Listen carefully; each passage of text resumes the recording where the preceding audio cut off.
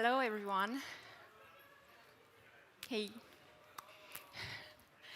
We will just leave everyone get into the room. Meanwhile, I will present myself. I'm very happy to be here with you today. Actually, I've been waiting all day to talk to you, so you can imagine. I'm Mihaela. I'm a software engineer, technology passionate. I'm a technical lead, but mostly I'm someone that is trying to just see what I can do better, how can I improve my work, what are the areas where I can share my knowledge maybe. And when I actually find something that it's worth sharing, I just create a presentation or write some words and sharing it with the others. When I'm not being a total geek, I want to tell you that I have a life. I'm in the outdoors, in the mountain, or with my bike, doing all sort of what I call fun stuff. So, today, I'm going to, let's say, challenge you with another perspective. I'm sure that all day today, and also maybe tomorrow, you will discuss about a lot of technical stuff, how to use tools to improve our work, what are the best tools, is it the new technology? I'm sure that since I just got in this stage, JavaScript just released another, I don't know, 10 libraries, so we don't have to worry about technologies. Well, today I'm here more, let's say, from the perspective of saying, although I'm also working in software development, so I'm coding, I'm thinking about taking it a bit on the side. And I want to propose you to discuss about maybe something that we don't always take into consideration. Let's discuss more about processes. Let's discuss about how us developers are contributing to the product that we are working with more than just, staying in the task at hand and doing the work. And let's discuss also about how we can work with the architect, how the architect can work with us. So let's just see how this relationship can be improved, what we can do, what is the pathway that we can create, and so on. And you're going to say, OK, but why? Why should we discuss about this? Like, why is it important to discuss about this kind of stuff and architecture in the same sentence? And there is something, maybe some of you heard of it, it's Conway's law, that says that basically, shortly, the way an organization is being organized, and the way the communication is happening in the organization, you will see that in the system that are being built. So the way we design our organization's relationships, processes, and so on, that exact structure is going to also be seen into the systems that we are building. So basically, if we don't do well on our interactions, we might rewrite and rewrite applications and not knowing exactly why is it not working, what are we doing wrong. And I have to tell you that I had this experience like 3 times. Of course, sometimes I was more experimented, so I saw some red flags, sometimes I wasn't. But I saw teams, and I'm going to give you just an example of a team that's been rewriting the code and the structure and trying to reorganize everything like 5 times before they actually understood that the leadership in the team was not what they needed. So they just changed that, and after that, it became, I think, the best product or the example kind of product that we had in the company. So you can imagine that it can be impactful. So as I was saying about Conway's law, I'm not going to go the extra mile and take it to organization level, but I'm going to stay, as you saw also in the second slide, I'm going to stay at that level of developer, architect, architecture, and the interaction about this all. So I think that the best way of starting this discussion, it's by thinking about some myths that we have in our daily work. And I'm just curious if any of you find any of these in your work now, or if you've ever had this impression about architecture, an architect, coding, the relationship, or anything? Anyone? Come on! The management is not here to see you, so it's okay. You can be honest. You can say, well, I wasn't that lucky as you are, so here I am today trying in any way to share this with you. So I had all kinds of myths, and you are going to see that in today's discussion, we are going to break each and every single one of these myths. So let's start with on what. What are we discussing actually about? What is the point of interest? Is the product, and more importantly, it's not the product as a whole, is the architecture that we are discussing today. And of course, while working also for this presentation, I have to say that I just wrote on Google, okay, what is architecture? And I saw so many definitions, and I think that sometimes that's why it's hard to understand or to define it. Because everything is so abstract and everything tries to be as smart as possible because, you know, we are technical people, we have our egos, so we are trying just to make everything very, very smart and, you know, to sound like it's something important that I'm doing in my work. But today we are not going to go that pathway. Let's say that we are going to keep it as simple as possible. Let's all start from the premises that the architecture is a start point. Yeah, something that I'm building afterwards, component by component, seeing the relationship between them, keeping in mind the requirements that we have, the information that I have at a certain point in time. So basically, I'm just building step by step upon this, this structure. And I really liked how Grady Bach was defining architecture as being about the significant decisions. So it's good for us to ask ourselves, what is that? What's significant? Okay, it's the cost of change, as he was saying, but how can I, as a developer, define this and think about, okay, this is something impactful. I know that right now I'm doing something very important that is going to maybe impact a lot of the system, or maybe it's just you know, some small change. And in here, I'm going to create a parallel with a concept that we have also in the architecture of the buildings, the concept of sharing layers of change. So every time we are touching a piece of code, we should think about this. Because there are some levels from which the more I go into deep with them, the more I see that the changes are being harder to make. Yeah? I have to put more effort into this.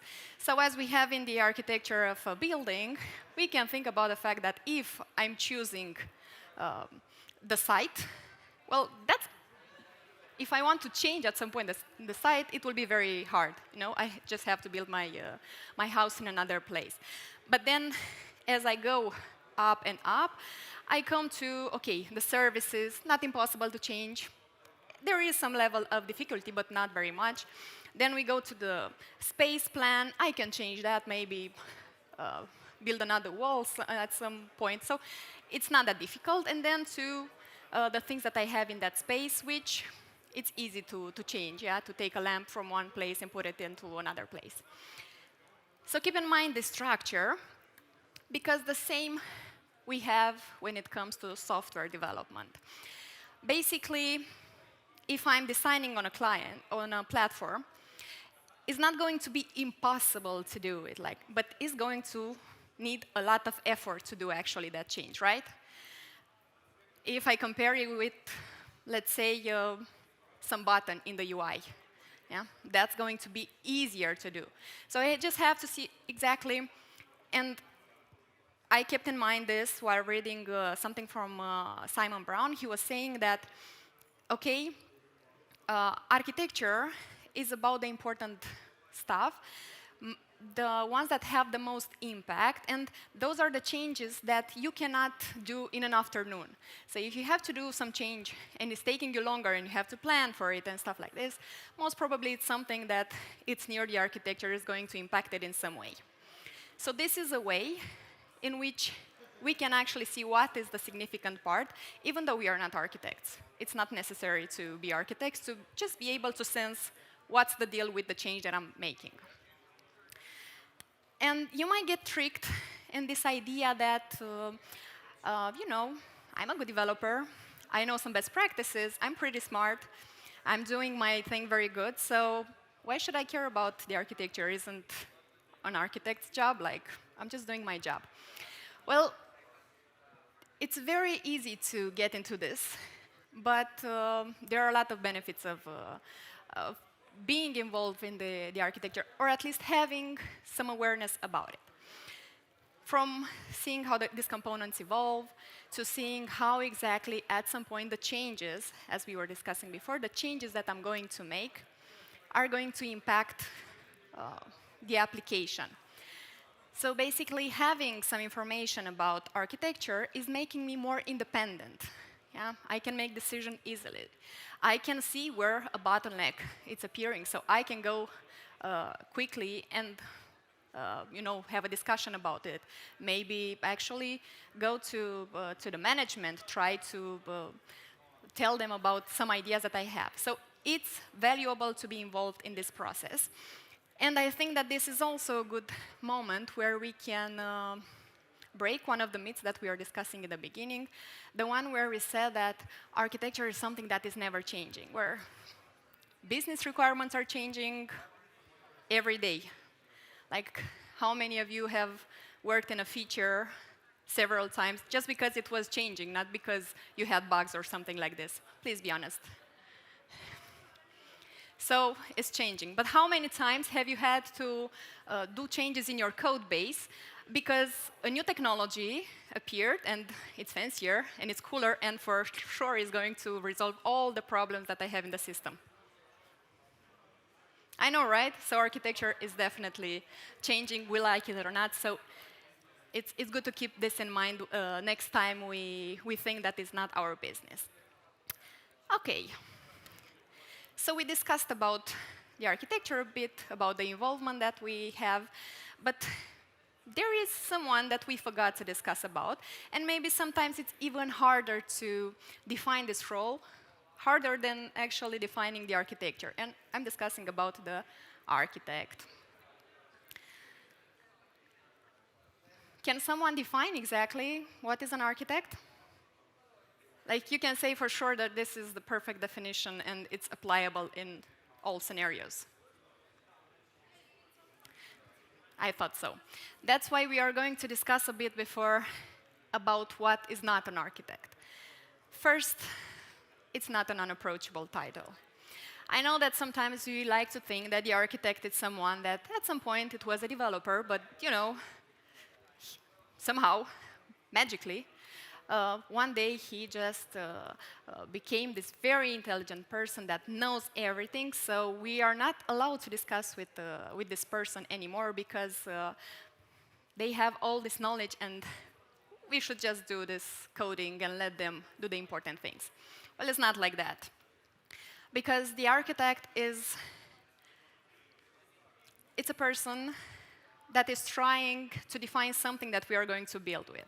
So every time that we have something that is unclear, or we have an idea and we want to contribute, we should definitely approach this person. I saw the difference in a couple of years just by having an architect that I never knew. So I knew there is an architect, but I never met him, to the point where the architect, it was right next to me. So that's how I understood that this is a role. This is a role that you fulfill, and it's not just a title that you gain overnight. The architect is actually someone that has a lot of work behind, but also it's a person, and it can be approached at any time. Then the architect should be the god of the whole stack. And this is something that I thought, like I was looking at the architect that I had in the team when I was a junior, and I was just thinking, oh my God, he's so smart. Like, how can he just know everything? Like, how is that possible? And he has the answers to anything that we're discussing about, and how? Well, the god of the whole stack, this seems like something that no one ever could do. So let's take that pressure from the architect. And let's try to just let him take care of those overview, high-level decisions and use his experience into making the right decisions while we are helping him with the details from the code base without putting the pressure of always having the best answer. Then the architect is someone that defines and guards the architecture. You know, like architecture police? Like, don't ever change it. Well, we already discussed about this, so I'm not going to go back to it. Architecture is something that is changing, so there is no place for this in here. So if it is to just concluded on this part with the architect, I would just put it in two lights. On one side, the architect role is about leadership. On the other side, it's about expertise. And I'm saying leadership because leadership is different than management, in the sense that a leader is there for the people that is working with. Is there to mentor, is there to inspire, is there to, work together and guide them by the power of example. So it's someone that's in there. It's not about the processes and just defining KPIs and then checking on them. It's someone that it's in there, is there, you feel it. Then, we are discussing about the expertise. And we were saying before about the fact that we need someone that doesn't have to be the god of the whole stack, but, we still need him to be a person with experience. And this is right, but here is where we get a bit tricked. This is where the misconception starts. Because expertise, it's different from knowing it all. Expertise comes from years of working with different products and having all sorts of problems and the ability to see risks and challenges and where a problem might appear. It's not about having the information as a whole and to just know every library that appears, but more like being able to look from above and see exactly how things are working and being able to make decisions regarding those. Of course, an architect has to have technical experience. There is no doubt in that. Yeah, we were discussing before about the personal example. So we need someone that knows what it's doing. But the trick or the true value is actually in being able to switch between this high level and actually being there for the team and understanding when a problem is happening in the code base, in those details. So we discussed about architecture, we discussed about the architect, we discussed about developers. Most of the time we discuss about developers. But I'm going to ask you a simple question, and please answer by the first field that you have.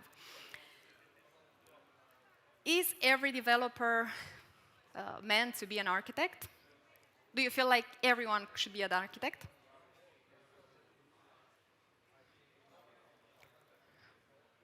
No?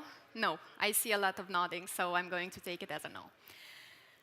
Architecture is for every developer. We discussed about this. It's good to be involved in the process.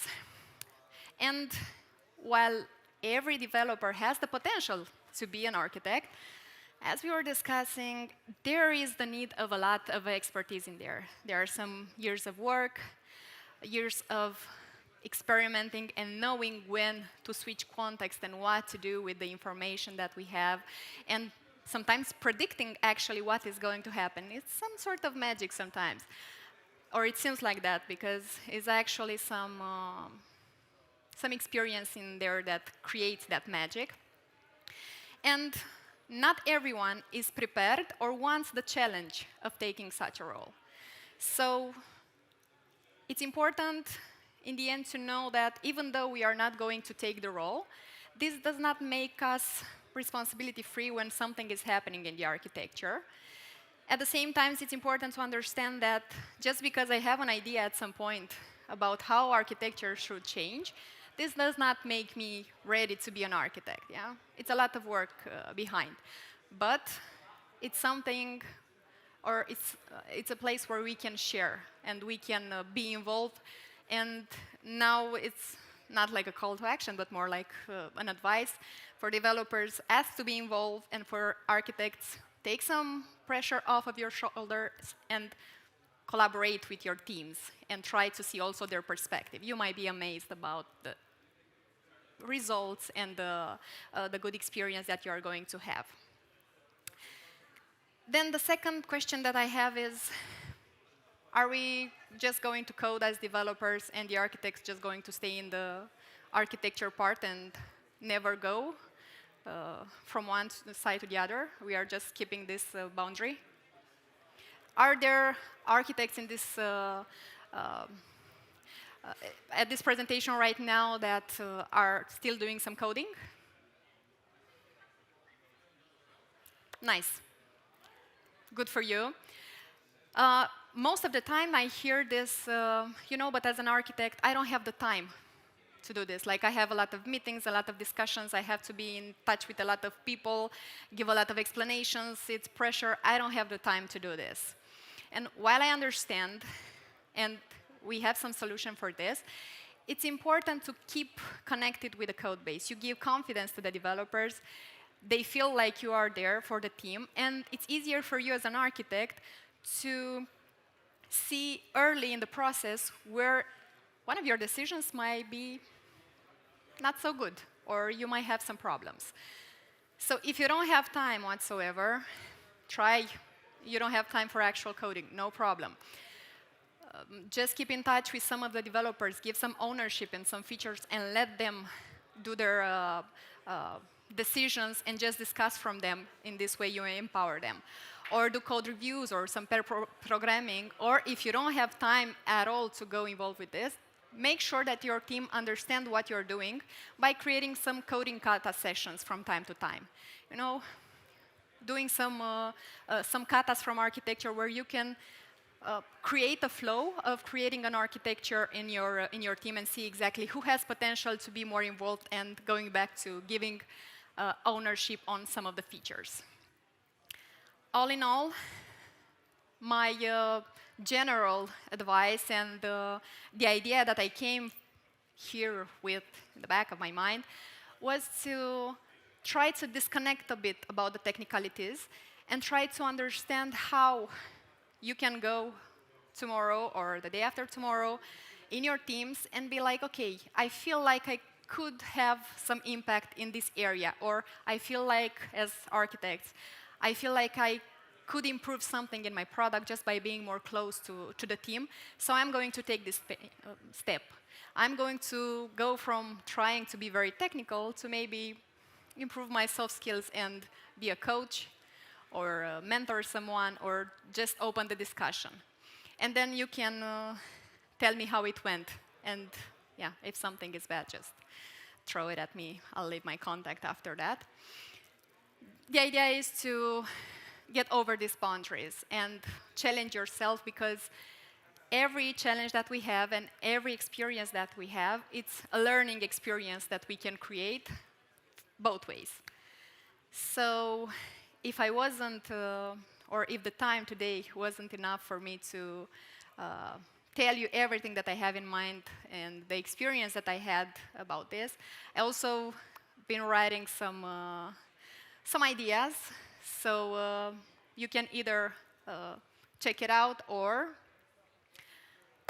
as I was saying, you can contact me and tell me how it went and what you thought it would be worth implementing in your teams. Thank you very much.